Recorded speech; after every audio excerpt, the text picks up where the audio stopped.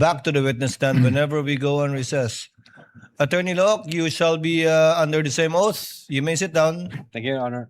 Senator Judge Tulfo, you may proceed. Thank you, Mr. Presiding Officer. Mr. Witness, do you consider yourself as an expert when it comes to threat assessment? Threat assessment, Your Honor? Yes. An experienced investigator, Your Honor. There's a difference between an investigator as opposed to threat assessor. Somebody who assess a threat being given against a person or individual. Kasama dyan, halimbawa, mag-imbestiga ka, tatanong ka sa mga testigo, tatanong ka sa mga taong nakarinig tungkol doon sa banta, titingnan mo yung security detail niya, saan siya nakatira, etc. etc. Yes, Your Honor. Just an experienced investigator, Your Honor. As an experienced investigator. Opo. So sa ginawa mong pag-iimbestiga, whether or not merong real or imminent threat against the Vice President, sino-sino po yung mga naimbita nyo at na-interview? Yung media personalities po, Your Honor, from late Saidin Reyes to Bones Magsambol to others, lahat po sila tinanong namin kung kilala nila yung kinausap na ni VP Sara, yung tao na kinontrata. Lahat po sila nagsabi na hindi nila kilala at wala silang alam doon. Did you also invite Princess Maui, yung influencer na nagtanong kay VP Sara during that online press conference? I believe so, Your Honor. I asked the executive officers back then at ang sabi nila sa akin, hindi ho nag-appear chief. So you invited her pero she failed to appear. yes, Your Honor. Yun po yung report sa akin ng aking mga executive officers. Okay, so masasabi niyo ba na talagang merong imminent threat, real and imminent threat against the life of the Vice President based on the investigation you conducted? Against the life of the Vice President, sir? Yes, Vice President. Kasi siyempre, pag nag-investigat doon sa Presidente, dapat investigan mo rin yung threat against the Vice President para patas. Yes po. Precisely the reason po, Your Honor, kung bakit ho namin inimbitahan ang Vice Presidente, may separate ho kami na sulat noong December 2. In-inform po namin siya na, ma'am, iniimbestigahan din ho namin yung alleged threat against sa life mo at para ho ma-expedite ito, bigyan niyo po kami ng any information na pwede maging lead doon sa investigation namin. Unfortunately, wala ho kaming na-receive na information. Hindi naman po kasi nag-appear ang Vice President, Your Honor. Pero nagpadala ba siya ng representative to represent her doon sa sabina ninyo na pinadala sa kanya? Nagpadala siya po ng representative and then with a letter, sir. In fact, 2 beses po yung letter na yon. Yung unang letter niya, ang sabi niya hindi siya makaka-attend kasi nga meron siyang office matters to attend to. Yeah. Sorry to cut you off. Napakinggan na natin yan para mapaiksi tayo. So, sino yung representative na pinadala niya at ano na pag-usapan ng NBI investigator at saka ng representative ni VP Sara? I think it's Attorney Paul Lawrence Lim, kung di ako nagkakamali. Ang kumausap sa kanya, Your Honor, yung dating Director Jaime B. Santiago. What was discussed during that meeting between attorney, ano pangalan ulit? Lawrence Lim po. Attorney Lawrence Lim and the people from the NBI, particularly the investigators investigating the threat against the Vice President. Yun nga, pinapaliwanag lang ho ng abogado, Your Honor, yung laman ng letter kung bakit hindi makakapunta yung Vice Presidente. And in fact, doon sa pangalawang letter, may sinasabi ang abogado na 6 years ago, may threat ang Vice Presidente. So, hopefully confident ang Vice Presidente na iimbestigahan nyo rin yung issue na yon. So, 6 years ago, pero hindi nyo ba 6 years, 6 months. Okay. 6 months yata, Your Honor, 5 to 6 months. Alright, so if I'm not sinabi mistaken, nung representative ni VP Sara na 6 months ago, there was a threat against the life of the Vice President. Yun po yung nasa letter. Okay, inusisa nyo ba kung ano yung threat na pinagsasabi niya?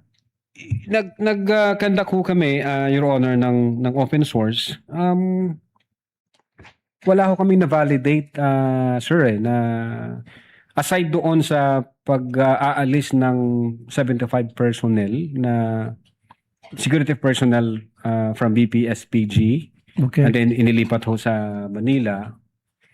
Wala ho kaming na-validate nor Wala na-confirm. na bali. Pero- Your Honor, insofar ho as Cybercrime Division is concerned, pero hindi ko po alam, baka yung intelligence service namin meron o kaya yung director may alam. Last na lamang, Mr. Witness. Kasi sabi mo, ulitin ko dun sa 6 months ago, naka-receive ng threat against Sir Black, ang BP. Sabi mo kanina, If I may, sabi Your ng Honor. abogado, right? So, kasi kung ako sa'yo, if I was the investigator, I would say, okay, ano yung threat 6 months ago? Pwede ka bang magpakita ng mga ebidensya? Pwede ka bang makita ng proof or mga witnesses na pwede naman interviewin to that effect? For that? Your Honor, ang nag-usap po, Your Honor, si the then Director Judge Jaime B. Santiago at saka yung lawyers, Your Honor. So, hindi ka, okay. Last na naman po. Now, can you say in certainty na talagang wala o meron threat against the life of the Vice President? I cannot... Based on your investigation, based on your experience.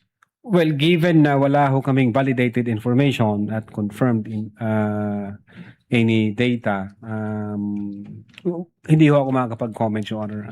Kailangan ko po yun. Thank you, Mr. Witness. Thank you.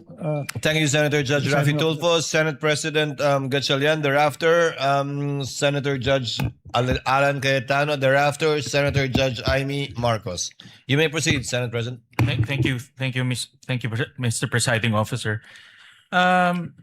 Mr. Witness, narinig ko kanina nung tinatanong kayo ng prosecution na yung statements ni Attorney Zulaika Lopez ay walang kinalaman dun sa threat na ginawa ng Vice President.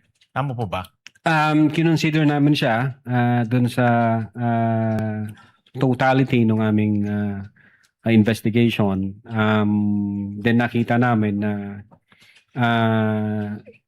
even before nung situation ni Attorney Zulaika, base dun sa attirances ng Vice Presidente, meron na ho siyang kinausap. So, Yan ang next na tanong ko. Ibig niyo ba sabihin na even prior to this video, meron na siyang nakausap na kinontrata? that's the attirances, Your Honor. Ang sabi niya, huwag kang mag-alala, ma'am, sapagkat may kinausap na akong tao. Ang sabi ko sa kanya, pag namatay ako, patayin mo si BBM, si Lisa Marcos, si former speaker. So, nakita namin, may kinausap na siya. Even before the press conference was held on November 23, 2024. So base sa kanyang statements, sa inyong pag-aanalitika, meron na siyang nakausap na kinontrata. Yes, Your Honor, and we believe na hindi naman ho magsisinungaling ang Vice Presidente noon kasi galit na galit nga po siya. Meron dito sa mga tanong ng counsel ng prosecution na yung mga term na ginamit nyo, serious and real threat. Tapos meron din kayong sinabi na serious and threat is actionable.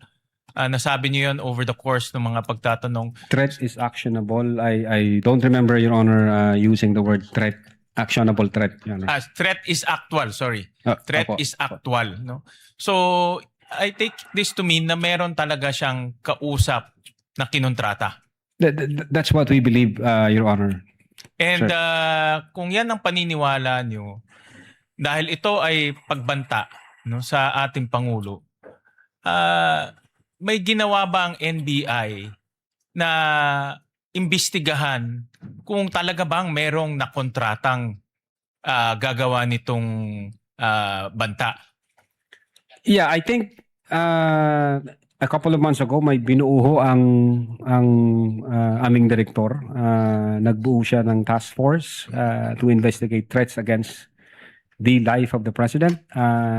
Kaya lang hindi na ho ako part noon, Your Honor. July 2025 nalipat na ho ako sa ibang region. So wala na po akong idea. I think yung intelligence service namin at yung director, yun ho yung pwedeng makasagot, Your Honor. Actually, yun ang next na tanong ko dahil tayo dito sa ating bansa, sanay tayo sa whole of government approach, whole of nation approach. Dapat merong whole of agency approach, in this case, the NBI. Ang tanong ko, meron ba kayo mismo o kasama ba kayo mismo doon sa pag-iimbestiga ng actual na threat yung pagkontrata ng tao na pwedeng gawin itong threat na ito. I believe so, Your Honor. The fact na mayroong binuong special task force. At kasali kayo doon. Hindi po ako kasali, Your Honor. Bakit hindi kayo kasali doon? Ako nagtataka dahil kung banta to sa buhay ng ating Pangulo at nanggaling sa opisina ninyo yung source, dapat kasali kayo. You mean, Your Honor, since nasa regional office ako, nung nagbuo ng task force, definitely, itatap nila yung mga regional offices. Na meron ba dyan sa region ninyo na information o intelligence na ganito? Meron hong ganong practice, Your Honor. Pero kayo mismo, kasali ba kayo doon sa nag-imbestiga nung actual, yung kinuntratang tao? At meron bang nakitang ganon? Hindi ko masasagot yan, Your Honor. Ang makakaalam po niyan, yung aming intelligence service kasi nasa 40 po nila yan. At ng aming director. At meron bang ginawang coordination? Kasi ito, Pangulo, no less than our President. Meron bang ginawang coordination kayo o yung binawang task force ng NBI kasama ang nag-coordinate sa NSC, nag-coordinate sa PSG at sa iba pang mga national agencies? Dahil Pangulo natin to eh. Opo. Yun. Meron bang ganun na ginawa kayo o yung binuong task force? Well, insofar as the cybercrime division during that time, ang focus ho namin is yung investigation dun sa threat against the life vis-a-vis yung November 23, 2024 utterances. Now, insofar dun sa sinasabi niyo po, Your Honor, ang makakasagot po niyan, yung intelligence service po namin. Kasi ano na po yun eh. Para siyang deep dive intelligence gathering na po yun. Ang punto ko lang naman is sa ganitong napakahalagang banta, ini-expect ko sa NBI na meron silang whole of agency approach na kasama kayo dahil nanggaling doon yung... Yes, Your Honor. Yung binuho ng direktor na memo, nag-create siya ng task force. And then yung task force, tinatap po dyan lahat ng regional offices. Anong information meron kayo iba to dito sa central office? Anong resulta nun? Last question, Mr. Well, Mr. Presiding Officer. in so far as the NBI BARM is concerned, yung hawak ko pong region, meron kaming ongoing investigation pero hindi ho related doon sa kausap ni Sara. Meron kaming iniimbestigahan na nag-threaten sa presidente. As a matter of fact, na-identify namin. So, ongoing pa siya. Nag-aantay lang kami ng order galing sa taas kung ano yung guidance. Sir. Thank you, Mr. President. Thank you, Mr. Senate President. Noted and entered into the records. Senator Judge Alan Cayetano is recognized. You have 2 minutes, sir. Mr. President, susundan ko na yung kay Senator Win, Senate President. Yes po, Your Honor. Yeah, good afternoon, Mr. Witness. So, dediretsuin ko na, no? So, what we're trying to figure out here kasi is, are you really investigating whether may threat kay VP Sara and whether she threatened the individuals mentioned, including the President? Or are you only investigating the video and finding kung meron siyang crime? So I asked Agent John Mark Calilum, hindi daw niya kinausap ang sabi ko PSG, pero PSC na sila ngayon, di ba? Presidential Security Command. So Opo. did you speak to the Presidential Security Command about the threat on the President? Your Honor, in terms of correspondence between the Presidential Security Command at yung NBI, ang makakasagot po niyan yung director. Kasi hindi ko alam kung may usapan po sila.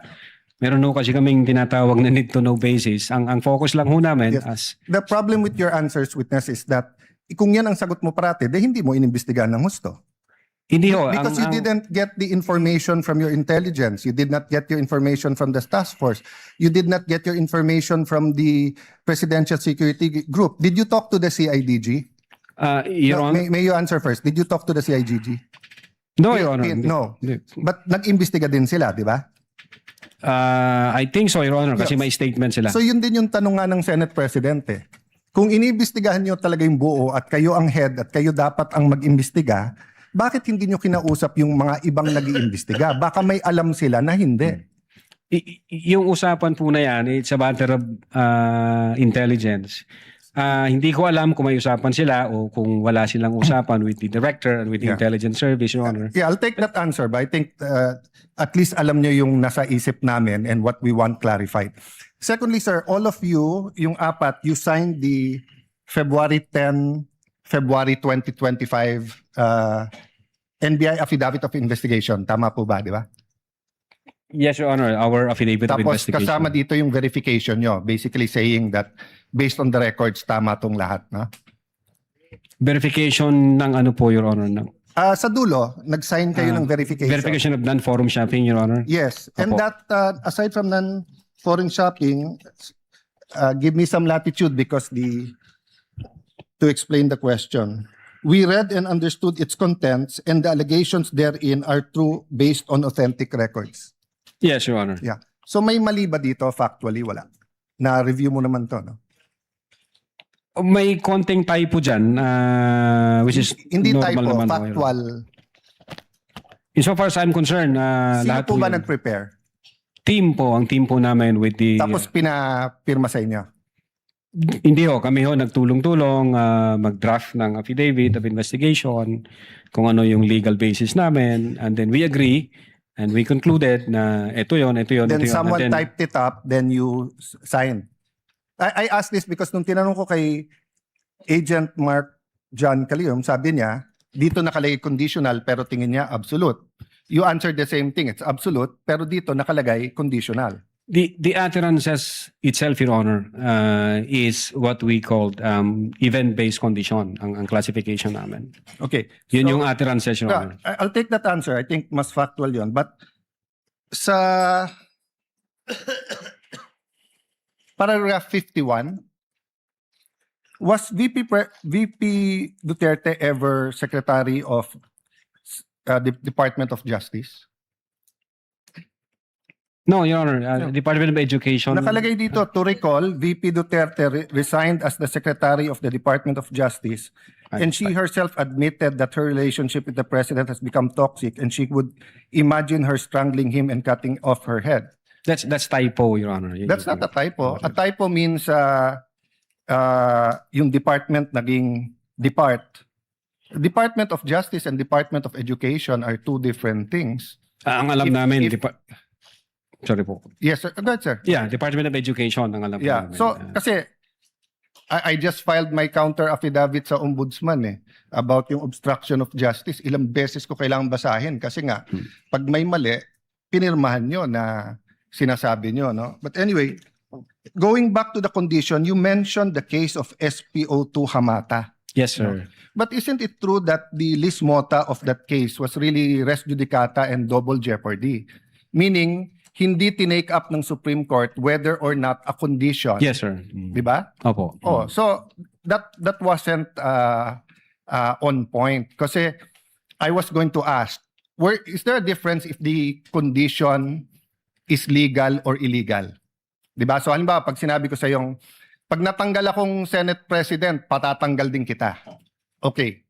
Unang-una, legal naman akong tanggalin na Senate President. We always vote. There's nothing there. But if illegal, pag pinapatay mo ko, papapatayin din kita. Is there a difference if the condition of why I will act or why I'm threatening you is an illegal act? Well, under the law, Your Honor, it says there that even the condition is unlawful. So, regardless of the nature of the condition, Yes. sir. No, I want to get lang into your mind when you sign this because nga medyo novel yung case to for me. Even as a lawyer, I have to do more research and see anong ibig sabihin nito grave threats dito because you keep mentioning we keep mentioning here that this is the second highest official in the land and therefore pag trinete niya ang pangulo. But who was the Vice President claiming na pwedeng magpapatay sa kanya? Again, Your Honor, yun po yung reason ba't nag-issue kami ng subpoena. No, Gusto po namin... sa reading nyo nung statement niya, sino tinutukoy ng Pangulo na mukhang mag-ooperate sa kanya ng Operation Romanov? Sinong pinagbibintangan niya? Well, una, kung ang pag-uusapan Romanov, Your Honor, ang alam namin na unang nagbigkas ng Romanov ay si Mayor Baste yata noong January 2024. Other yes. than... That's irrelevant. Ang question ko, in the mind of the Vice President, sinong pinagbibintangan niya na pwedeng magpapatay sa kanya? You said you investigated So mahaba na testimony niyo ni Agent John Mark. So of course, kasama sa investigation niyo, sino sa mind ni Vice President magpapapatay sa kanya? Well, again, Your Honor, since wala kaming makuhang valid information, Ano, hindi ba klaro sa video na ang pinagbibintangan niya is the First Lady, the President, and the Speaker of the House? So sabi niya, pag pinatay ako, patayin mo silang tatlo. So ang pinagbibintangan niya na magpapapatay sa kanya, yung tatlo. I cannot answer to that, Your Honor. Senator Judge Alan, Yes. kindly wind up. Okay. But you have to be able to answer that because you're the one who investigated. And that is crucial. Why? Because part of your self-defense, so for example, if I know na sa senator judge, pag hindi ako bumoto one way or the other, papapatayin ako ng whatever, chief PNP or papapatay ako ng whoever. So pag sinabi kong, pag ako pinatay, si ganito nagpapatay sa akin. And then, ang difference, I don't usually give a threat na patayin mo rin. So could it be that actually that was the defense of the Vice President para hindi siya patayin? I don't know the state of the mind of the Vice President. But you've testified all throughout this afternoon that you went into her state of mind. Based on the series of events, Your Honor. Yes, and based on her statement, and the series of events is nag-away sila ng administrasyon, and the series of events is that sinasabi niya, pag ako'y pinatay, eto tatlo ang papatayin nyo. Okay, last question. Kay Attorney Lopez, tinanong din to ng Senate President, ni Senator Tulfo. At di ko na itatanong pero napahapyawan ni Senator Erwin din to yung tungkol yung sinabi ni si Attorney Lopez, sabi mo, even before kasi nangyari yon, nakausap na ni Vice President yung papatay. That's the literal meaning of the statement. Yes, that's a literal meaning, but did you believe her? Well, she's the Vice President, sir. So she also said freedom of expression, so you also believe her? Not based on the evidence that what we gathered, sir. No, okay, so I'll stop there but I'll read to you. Sinabi nyo kasi sedition. Pero tignan nyo po yung page 25 nung sarili nyong affidavit ha. Si Princess Maui, ang sinabi niya, ano po ba ang pwede niyong maging remedy para matapos na ito, lalo't nagsisigaw na po ang taong bayan na mag-people power na. So actually, I would consider ang nag-uudyok si Princess Maui. Of course, we can discuss people power, pero tignan niyo po ang sagot niya after yung sa pagpatay. Ang laban ay wala dyan sa EDSA, ma'am. Wala dyan sa mga highway. Ang laban, ma'am, nandun sa loob ng palasyo. Yan ang problema. We appreciate yung expression nyo ng disgust, ang pagkamuhi, ang hopelessness, kasi it reflects kung ano nararamdaman ng maraming milyon-milyon. Alam ko yan, ma'am. Kahit saan ako pumunta, ang sasabihin, binoto namin dahil sinabi mo, iboto namin. So if I look at that statement, parang baliktad. Parang sinasabi niyang huwag kayo mag-people power. Hindi, actually, kung babasahin po natin yung buo, may sinabi siya doon na natutuwa siya sa ginagawa nila. Sa ginagawa nila na active nagrarally. Pero sa people power, ito yung exact. But I won't argue with you. I'm just trying to get into your frame of mind. Yes, Your When Honor. do you believe her and when do you not believe her? And what did you actually investigate? We based everything on the evidence that we've gathered. Thank you, sir. Presiding Officer. Thank you, Mr. Witness. Opo.